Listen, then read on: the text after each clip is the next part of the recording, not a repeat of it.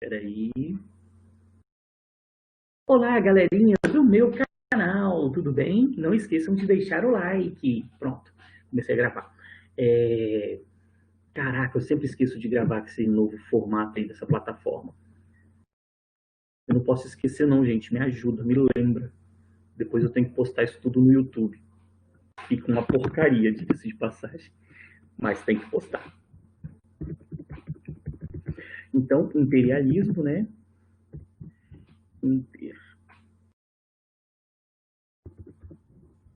Agora sim. Direta ou indireta na região latina.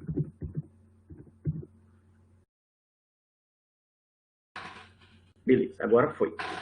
Bem-vindos. Então, né, nós tivemos alguns conflitos na região do Rio do Prata, né, que foram bem interessantes. E por que o Brasil tinha tantos conflitos na região do Rio do Prata?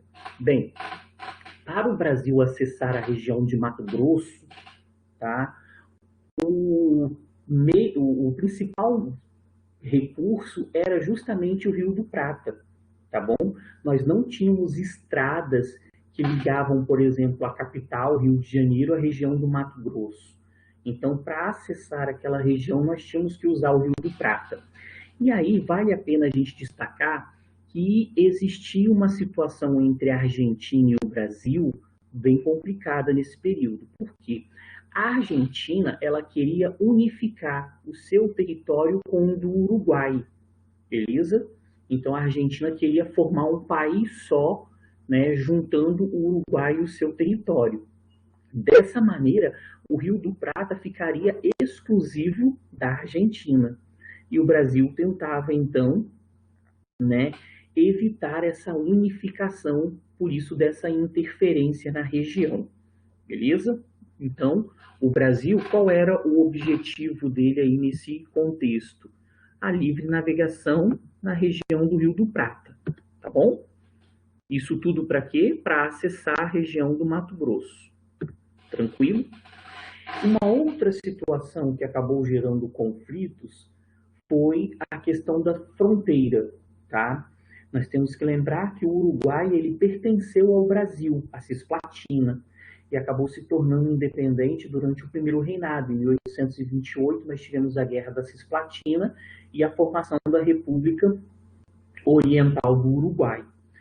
Então, o Brasil e o Uruguai viviam aí num conflito constante, né, pela fronteira. O Brasil dizendo que o Uruguai estava invadindo a sua fronteira, o Uruguai falando o mesmo, né? Acontecia muitas situações de furto de gado, né?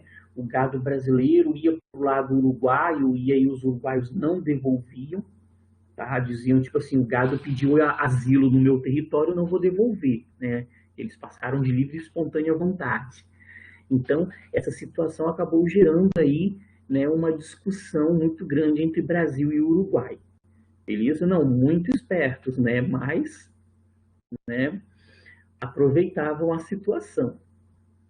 Então, essa ideia da Argentina de unificar o seu território com o Uruguai, o Brasil precisando utilizar o Rio do Prata para chegar ao Mato Grosso, o Uruguai e o Brasil brigando por fronteiras, acabou gerando uma série de conflitos aí na região do Rio do Prata. E daqui a pouquinho nós vamos inserir o Paraguai nesse contexto e fazer a guerra contra o Paraguai, beleza? Então, uma outra situação que a gente precisa lembrar aqui é o seguinte. Então, o Uruguai, né, ele se tornou independente do Brasil em 1828, dando origem a uma república. Quando o Uruguai se tornou independente, surgiram dois grandes partidos no Uruguai. Vamos destacar aqui, ó, os colorados e os blancos. Beleza? Os blancos ligados então aqui ao Oribe. Nós fizemos uma luta contra o Oribe. O Brasil ele tinha uma relação boa com o Partido Colorado, já com o Partido Branco não. O Partido Branco ele tinha uma relação boa com a Argentina, beleza? Então, o Partido Blanco era meio que favorável à unificação Argentina-Uruguai. O Partido Colorado, não. E aí o Brasil se aproximou do Partido Colorado. E aí, o que aconteceu aí nesse contexto? O Partido Blanco, né, que era ligado à Argentina, que era ligado aos pecuaristas que roubavam o gado brasileiro, que invadiam as nossas fronteiras, né, ele acabou chegando ao poder com o Oribe, beleza? Os colorados, que eram os aliados do Brasil, né, que tinham ainda, né, a participação de regiões como Entre Rios e Corrientes, que eram regiões argentinas contrárias à unificação. Na Argentina existia um conflito político também muito grande, né, e na Argentina nós tínhamos o poder do Rosas, beleza? E aí o que aconteceu? Né? Nós tivemos um evento bem interessante aí nesse caso, tá? O imperador, né, Dom Pedro II, ele enviou um diplomata para o Uruguai, tá? Para resolver a questão das fronteiras e a questão do roubo do gado, tá? A ideia desse diplomata que foi enviado por Dom Pedro II era estabelecer a fronteira e que o Uruguai devolvesse o gado. O Oribe, ele fez uma coisa muito feia. Ele cuspiu na cara do diplomata brasileiro, tá? E acabou enviando o recado para Dom Pedro II, beleza? Dom Pedro II ficou furioso e enviou para o Uruguai quem mais, quem menos, o Duque de Caxias. Beleza? Então, o Brasil foi com o Duque de Caxias, invadiu o Uruguai, e aí nós temos uma cena apoteótica, né? O exército brasileiro invade o Palácio do Governo, o Duque de Caxias chega chutando a porta do presidente, invade a sala do presidente, do Oribe. O Oribe se assustou na hora. Não tem quando você toma um susto e tá sentado, vira para trás e cai para a cadeira? Ou aquele sonso na escola. Sempre a gente tem um coleguinha, né, que fica lá brincando de balançar com a cadeira e vai lá e cai. Foi o que aconteceu com o Oribe. O Oribe caiu. O Duque de Caxias, né, um camarada assim, muito educado, muito carinhoso, muito tranquilo. Ele pegou a espada, colocou na garganta do Oribe e falou assim: cospe se você for homem. O Oribe não cuspiu. O Oribe já tinha aprendido naquele momento que cuspir na cara dos outros é muito feio. E aí, o Duque de Caxias retirou o Oribe do poder e colocou o Rivera, o frutuoso Rivera, no poder. Beleza? O Manuel Rosas, da Argentina, Juan Manuel Rosas, ele acabou tomando as dores do Oribe e ameaçou o Caxias. Para que ele fez isso? Né? Caxias foi lá na Argentina e retirou Rosas do poder também. Beleza? Então, numa tacada só, o Brasil ele retirou o presidente do Uruguai e da Argentina. Tá bom? Tudo isso por uma cusparada. Tá? Lógico que a questão da fronteira e a questão dessa aproximação entre Argentina e Uruguai, né, era o ingrediente principal. A cusparada foi só o estopim, né, do Brasil invadir o Uruguai e resolver essa situação. Doideira, né? E então, dessa maneira aí, nós tivemos...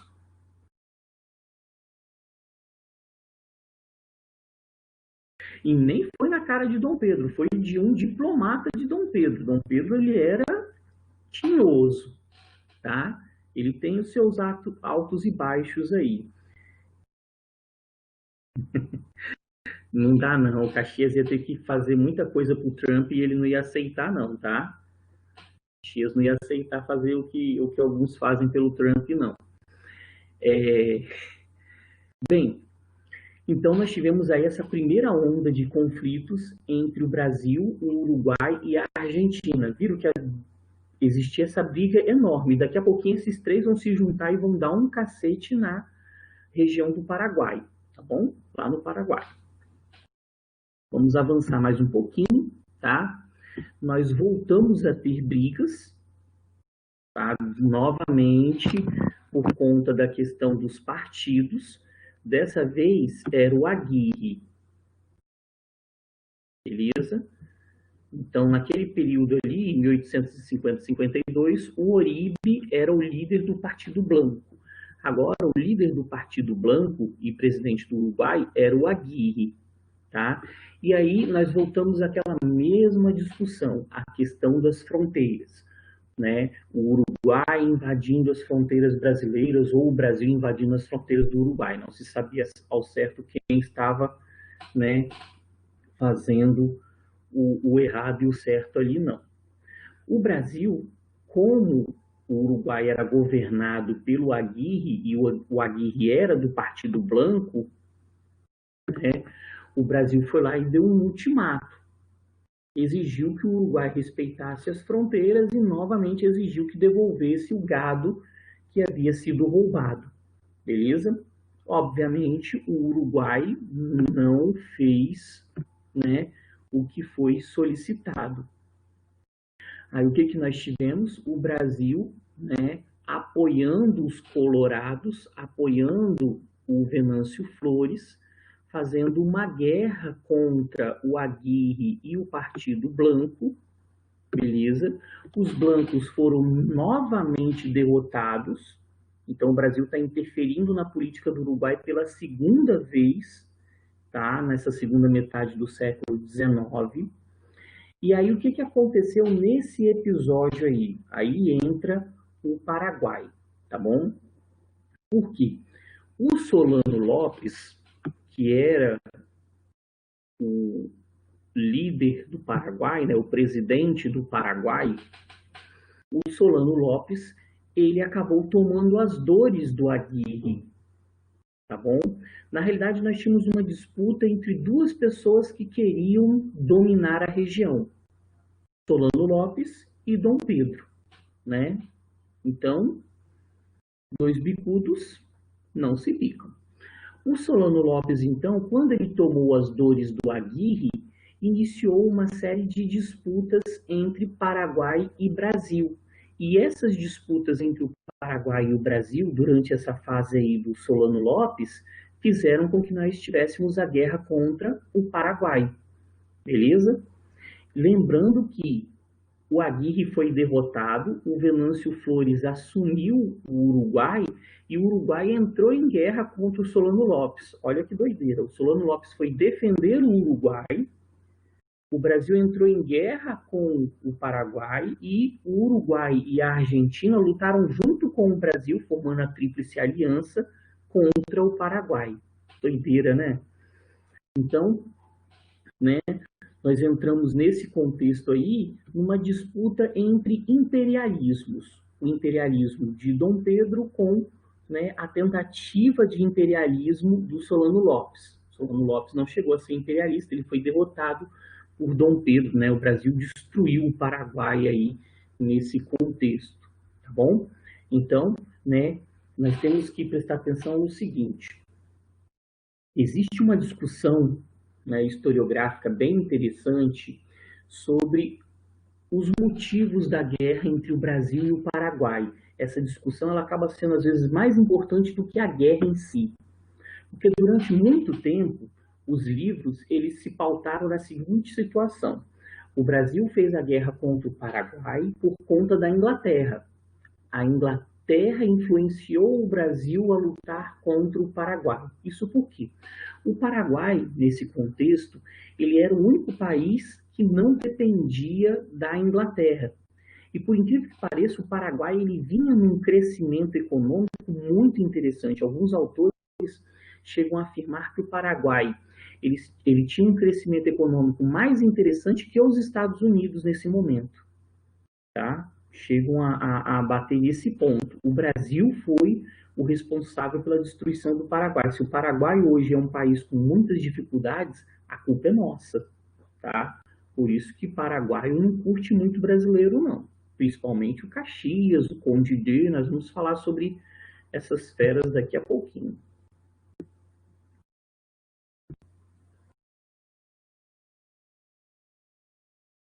Vou esperar a Letícia terminar de digitar para ver se é sobre o tema passado.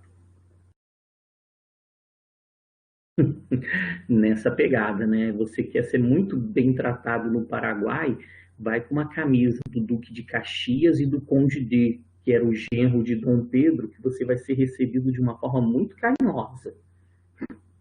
Tá? A situação foi bem complexa.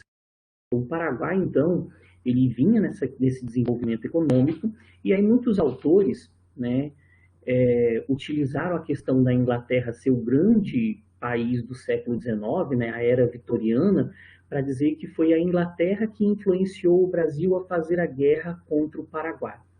A Inglaterra se beneficiou? Sim, ela se beneficiou e muito no Brasil e no Paraguai, beleza? Mas colocar toda a culpa do conflito na Inglaterra é complexo, tá bom? O Francisco Doratiotto, ele tem um livro chamado Maldita Guerra, que trata justamente da guerra contra o Paraguai, onde ele traça uma linha bem interessante, né? Ele fala sobre uma guerra que foi, na realidade, uma guerra entre egos, entre Solano Lopes e Dom Pedro, né? E principalmente que essa guerra ela foi provocada pelo imperialismo de Dom Pedro. Se Dom Pedro não tivesse interferindo na Argentina, se não tivesse interferindo no Uruguai, né, essa situação não haveria de acontecer, tá bom? Então, só aconteceu esse conflito, nós só tivemos essa guerra por conta desse choque de interesses Brasil e Paraguai e por conta do imperialismo brasileiro, tá bom? Mas nós vamos falar sobre Guerra do Paraguai e falar sobre a crise do Segundo Reinado na nossa próxima aula, a quarta aula, beleza? Porque vocês estão voltando de férias, vocês devem estar assim cansadinhos, beleza?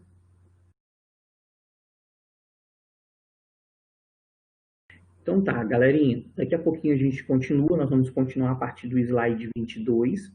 Eu disponibilizei o slide aí para vocês, salvem, né, esses slides. Esse mês provavelmente nós vamos ter só aulas virtuais ainda, nós não vamos ter as aulas presenciais, né? Vamos ver se para o mês que vem a gente consegue essas aulas presenciais. Eu vou tentar fazer uma atividade com vocês hoje. Eu acho que hoje não vai dar tempo de terminar o conteúdo para fazer a atividade, aí ela fica para a semana que vem, tá bom? Alguma dúvida, meus lindos?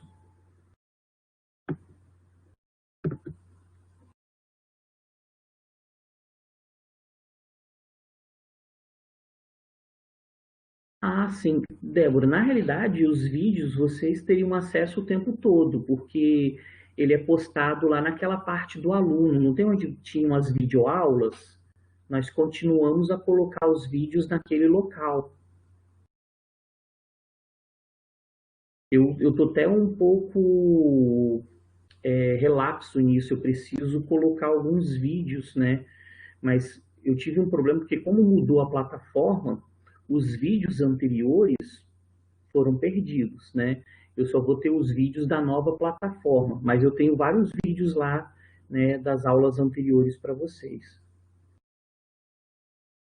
É só vocês irem pedindo para os professores ir colocando no web escola lá no mandar pro rapaz do TI e ele vai postando, né? A gente tem que colocar no YouTube e mandar o link pro rapaz do TI, tá bom? Eu vou ver se eu faço isso logo hoje com as aulas de hoje e as anteriores para ir colocando material lá para vocês, tá bom?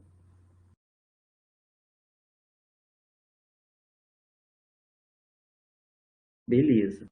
Então tá, galera, até daqui a pouquinho, tá bom? Até a quarta aula. Beijinho. Tchau, tchau.